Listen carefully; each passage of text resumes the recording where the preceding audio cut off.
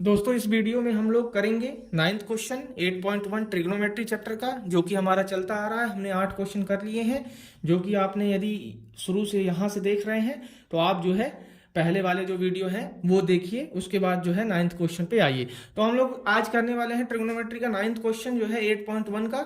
तो हमारे पास यहाँ पर दिया हुआ है कि एक ट्राइंगल दिया हुआ है हमारे पास ABC, जिसका जो है राइट एंगल जो है वो हमारे पास एंगल 8 जो है B पे बना हुआ है ना। तो हम लोग बना लेंगे एक राइट एंगल ट्राइंगल बना लेंगे, और ये जो 90 डिग्री का जो एंगल है वो हमारे पास बी पर बना हुआ है, तो हम इसको ए मान लेते हैं और इसको हम लोग सी मान लेते हैं। ठीक है, तो वैसे हमने मान लिया। अब हमारे पास tan a की वैल्यू हमारे पास यहाँ दी हुई है। tan a की वैल्यू हमारे पास क्या दी हुई है, 1/√3 दी हुई है। तो tan की वैल्यू आपको पता है, वही वाला हमारा पंडित जी वाला फॉर्मूला, पंडित बद्री प्रसाद हर हर बोले, है ना।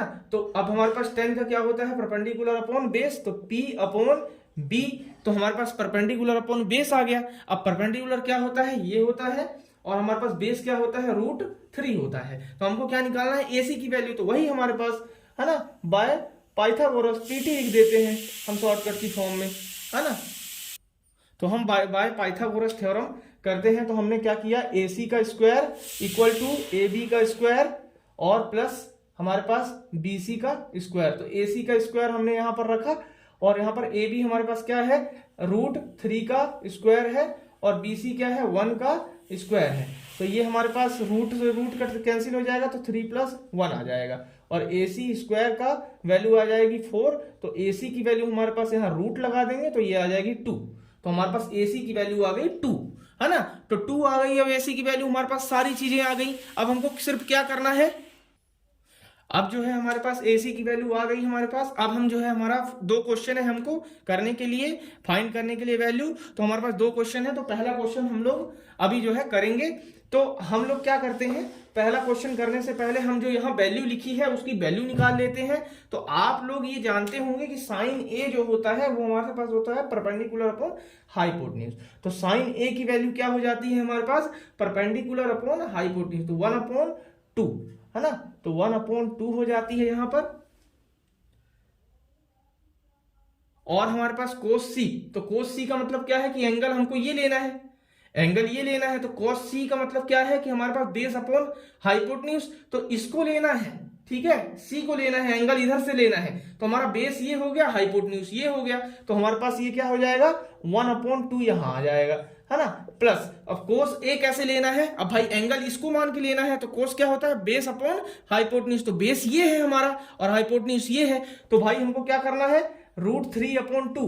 तो ये हमारे पास आ गया। अब साइन C, भाई यहां से लेना है साइन C, और साइन C क्या होता है, परपेंडिकुलर अपॉन हाइपोटेन्यूज। तो परपेंडिकुलर ये है और हाइपोटेन्यूज ये है, तो √3/2 ये आ गया आपका, है ना। तो ये 1 का आ गया 1/4, प्लस ये √3 और √3 ये आ गया, तो 3 3 9, और 9 का रूट हो जाएगा कितना, 3 हो जाएगा। तो 3/, यहाँ पर 4 आ जाएगा, और इक्वल टू यहाँ 4 हमने एलसीएम में लिया, यहाँ 4 आ गया, और ये हमने कैंसिल कर दिया, तो हमारे पास 1 आ गया। अब इसकी वैल्यू हमारे पास कितनी आ गई, 1 आ गई। तो हमारा ये पहला पार्ट था। अब हमारे पास दूसरा पार्ट जो है, हम दूसरा पार्ट करते हैं। तो दूसरा पार्ट हम लोगों का क्या है, तो हमारे पास दूसरा पार्ट ये आ गया। अब cos A, तो cos A हमारे पास क्या होगा भाई, A को एंगल मान के करेंगे। तो cos A क्या होता है, बेस अपॉन हाइपोटेन्यूज। तो बेस हमारे पास ये है, हाइपोटेन्यूज क्या है, ये है। तो हमने √3/2 यहां लिख देना है। अब cos C कैसे लेना है, इधर एंगल रख के। तो cos C क्या होगा हमारे पास, बेस अपॉन हाइपोटेन्यूज। तो बेस ये हो जाएगा, हाइपोटेन्यूज ये हो जाएगा। तो क्या हो जाएगा, ये 1/2 हो जाएगा। और माइनस हमारे पास क्या आ जाएगा, साइन A। तो हम साइन A कहां से लेंगे, यहां से लेंगे। और साइन A क्या होता है, परपेंडिकुलर अपॉन हाइपोटेन्यूज होता है। तो परपेंडिकुलर ये है, हाइपोटेन्यूज ये है, तो 1/2 हो जाएगा, है ना। और साइन C क्या हो जाएगा हमारे पास, साइन C मतलब C को लेके एंगल को, तो परपेंडिकुलर अपॉन हाइपोटेन्यूज। तो परपेंडिकुलर ये हो गया, हाइपोटेन्यूज ये हो गया, तो √3/2 बिल्कुल सेम, है ना। तो इस तरह से ये आ जाएगा √3/4 माइनस √3/4, है ना। तो इसको माइनस करेंगे तो 4, ये 0 आ जाएगा। तो इसका मतलब ये 0 आ गया। अब इसका आंसर क्या हो गया, 0 हो गया। तो ये हमारे पास 9th क्वेश्चन का दोनों पार्ट्स थे। बड़े अच्छे तरीके से हमने किया। आपको यदि ये वीडियो पसंद आती है तो आप कमेंट, लाइक और सब्सक्राइब करिए, और हमारे चैनल को जो है शेयर करिए, और अपने दोस्तों को इसके बारे में बताइए। धन्यवाद।